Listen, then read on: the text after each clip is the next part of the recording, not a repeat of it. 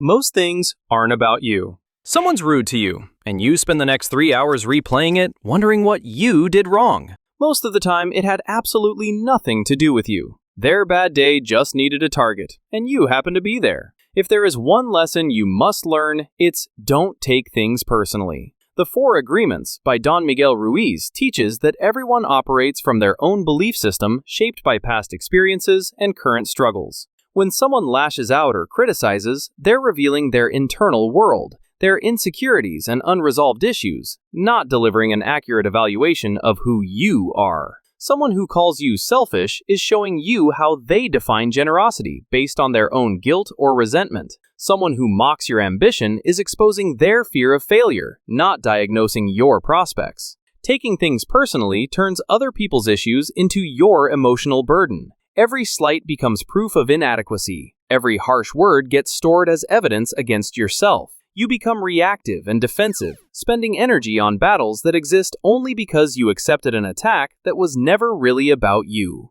When you stop personalizing, their frustration stays theirs to process, and their judgment stops defining your reality. You see their behavior as a window into their struggle, not a mirror reflecting your worth. Their story isn't about you. Stop rewriting it so you're the problem.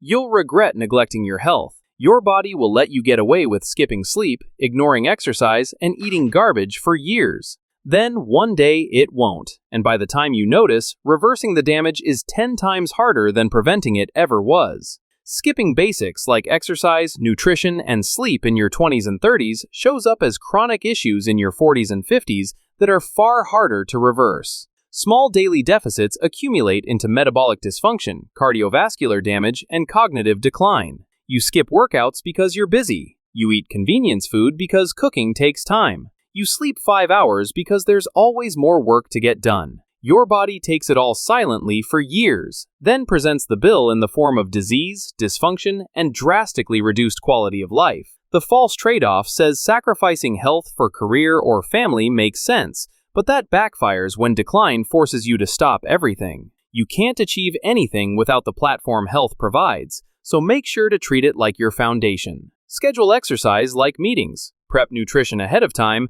and get enough sleep. Your body keeps a running tab of every shortcut you take, and the interest compounds faster than you think. Emotional regulation beats intelligence. Smart people ruin their lives all the time because they let anger, loneliness, or excitement make decisions that can't be undone. Intelligence tells you what's logical. Regulation keeps you from doing something stupid anyway. Research shows emotional regulation predicts life outcomes more than IQ. Relationships, career advancement, and mental health stability. Emotional regulation determines success in all of them more reliably than intelligence does. That's because high IQ becomes irrelevant when emotional hijacking shuts down your prefrontal cortex, the part that handles reasoning, planning, and impulse control, and the amygdala takes over, meaning your ability to think through consequences disappears exactly when you need it most. This explains why brilliant people make catastrophic decisions. Their intelligence is offline while emotion drives the behavior. Suppression doesn't work either. Pushing feelings down doesn't mean emotions disappear. They leak out in passive aggression and resentment, or explode when you finally hit your limit. Don't just ignore your feelings. Name the emotion and write it down instead. This activates your prefrontal cortex and interrupts the amygdala's control. Once the intensity drops, revisit the situation and decide if it still warrants the response your brain demanded in the moment. Never make major decisions while angry, lonely, or euphoric. Those states pass. Decisions made during them don't. Comparison kills satisfaction. You hit a PR last week and felt great about it, until your teammate posted a faster time. Now your achievement feels worthless. That's not competitive drive. That's just letting someone else's life decide whether yours counts. Social comparison traps you in perpetual dissatisfaction. There's always someone who's better than you, who has more money, a better body, a bigger house, or a more impressive career. Even massive success feels empty when measured against others, which wastes the rewards you worked for. Comparison activates envy and inadequacy while blocking gratitude for actual gains. You stop noticing how far you've come because you're too busy measuring the gap between you and someone else. The moment you let comparison decide whether your life is good enough, you've already lost. Compare yourself to yourself instead, and compete to become a better version than you were yesterday, not a superior version to someone else. Internal scorecards tell you if you're improving. External scorecards tell you if you're winning a game that has no finish line and no prize.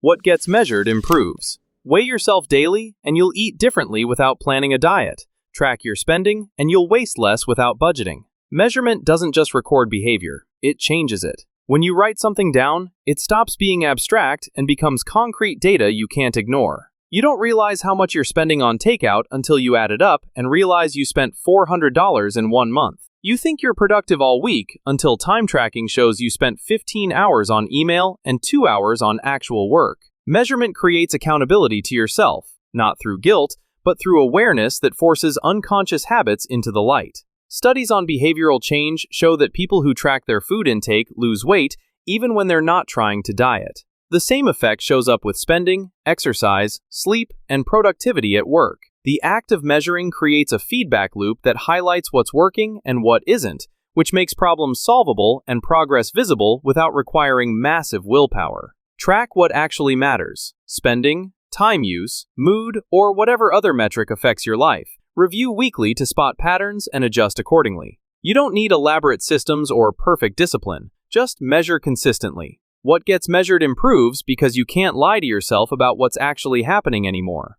Most problems are solved by subtracting, not adding. When something's broken, your first instinct is to do more. Take another course, read another book, add another step to the process. But most of the time, the fix isn't adding more, but removing what's in the way. Cognitive bias research shows people automatically add elements when removing them would solve problems more efficiently. Addition feels productive while subtraction feels like giving up, but subtraction actually frees resources that addition just buries deeper. Overpacked schedules don't need better time management. They need fewer commitments. Complicated processes don't need more steps. They need simplification. Struggling relationships don't need more date nights when the real problem is unresolved resentment that needs to be removed through honest conversation. The instinct to add comes from feeling like action equals progress, but sometimes the most powerful action is just the opposite. Ask, what can I eliminate, before, what should I do? The highest performers don't do more things. They do fewer things better by removing everything that just doesn't matter.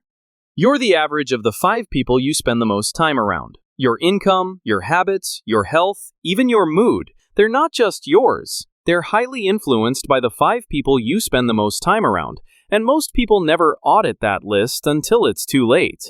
Research on social contagion shows that behaviors, attitudes, and health outcomes spread through networks like viruses. Wrong relationships drag you toward mediocrity, while the right ones elevate your ceiling for success. Spend enough time with someone and you unconsciously adopt their standards as yours. Peer groups set invisible benchmarks for income, fitness, ambition, and relationship quality, which means your social circle programs your mind whether you realize it or not. If everyone around you complains constantly, you'll start complaining. If everyone around you is building something, you'll feel pressure to build too. The effect is automatic and powerful. Take an honest look at your closest relationships. Cultivate connections with people ahead of where you want to be, and reduce time with those pulling you backward. That doesn't mean abandoning struggling friends. It means recognizing that proximity shapes identity, and if everyone around you is stagnant, you will be too.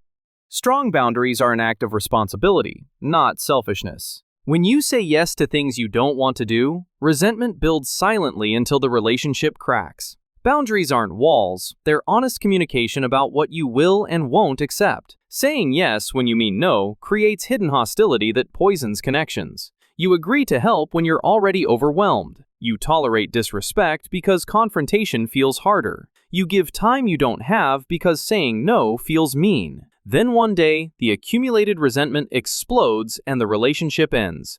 Not because of one big conflict, but because of 1,000 small violations you never addressed. People-pleasing disguises itself as kindness, but it's actually cowardice. You think saying yes to everything makes you generous, but what you're really doing is avoiding the discomfort of honesty. That avoidance doesn't protect the relationship, it guarantees its collapse. When you refuse to communicate limits, the other person has no idea they're violating you until you finally snap.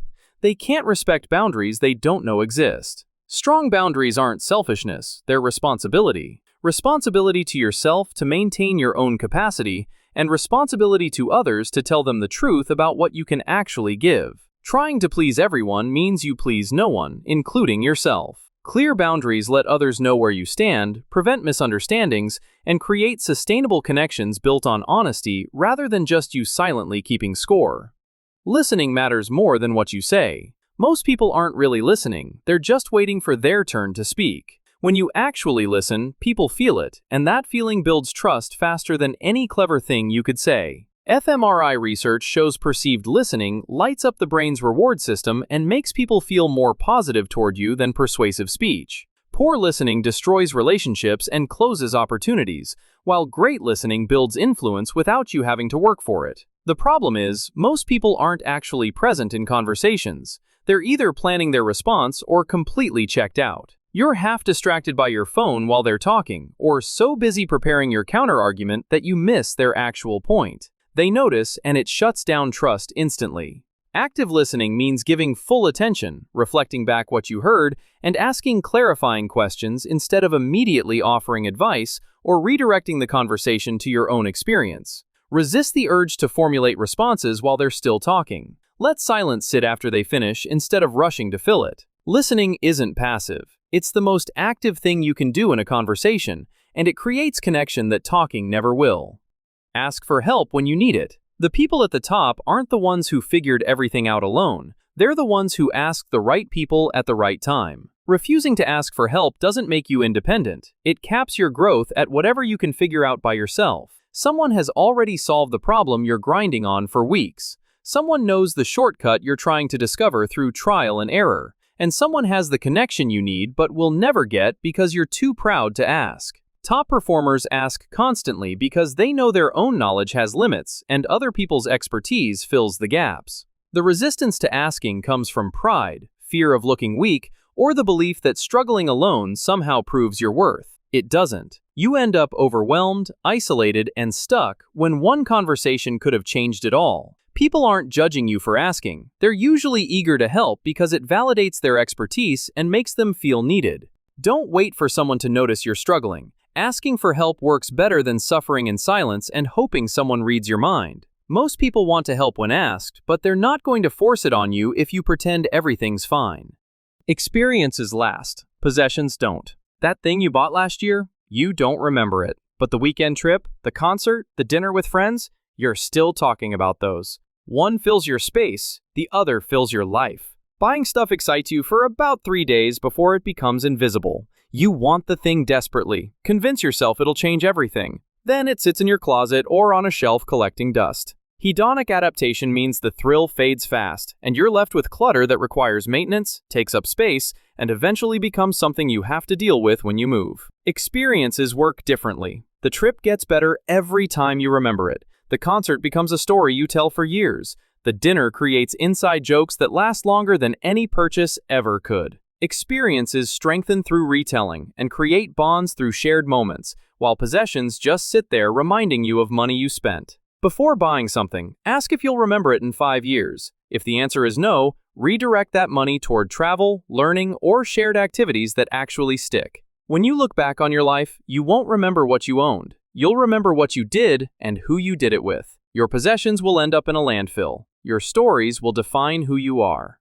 Time isn't coming back. No one on their deathbed wishes they worked more hours or closed one more deal. They wish they'd been there for the people who mattered, and by the time they realize it, a lot of those people are already gone. Studies of dying patients show the same pattern. Their regrets are about relationships, not careers. They don't wish they'd worked harder or made more money. They wish they'd been present for their kids, spent more time with their parents, and maintained friendships they let fade. The problem is, those realizations come when it's too late to fix them. You'll regret lost time with the people you love far more than any amount of money you didn't make. Chasing financial goals feels urgent in the moment, but decades later, you won't remember the bigger salary or the promotion. You'll remember who was there and who you neglected while you were busy building a life you thought mattered more. The math is brutal. Decades of 60-hour work weeks earn slightly more money, but missing your kid's childhood or parents' final years creates permanent holes you can never fill.